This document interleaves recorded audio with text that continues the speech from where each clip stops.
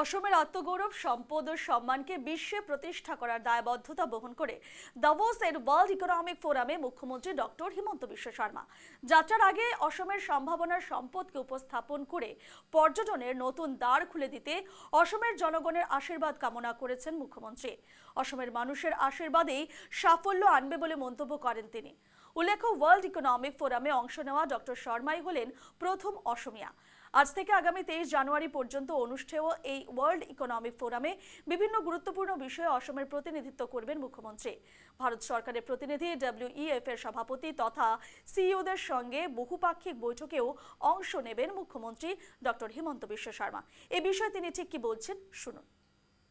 ময়ো যাব ওলাইছো, আপোনালোকে আশীৰ্বাদ কৰিব যাতে সুকলমে আপোনালোকৰ গৌৰৱ, আপোনালোকৰ স্বাভিমান, আপোনালোকৰ অহংকাৰক মই প্ৰতিনিধিত্ব কৰিব পাৰোঁ আৰু অসমলৈ সুন্দৰভাৱে উভতি আহিব পাৰোঁ, যাতে ৰাইজৰ সেৱাত আৰু কাম কৰি যাব পাৰোঁ।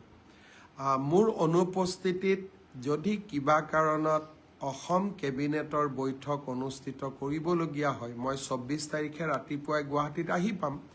কিন্তু আজিৰ পৰা 24 তাৰিখলৈকে যদি কিবা কাৰণত অসম কেবিনেটৰ বৈঠক আহ্বান কৰিবলগীয়া হয়, তেতিয়াহ'লে তাত আমাৰ মন্ত্ৰী ৰঞ্জিত দাস ডাঙৰীয়াই সভাপতিত্ব কৰিব বা অধ্যক্ষতা কৰিব।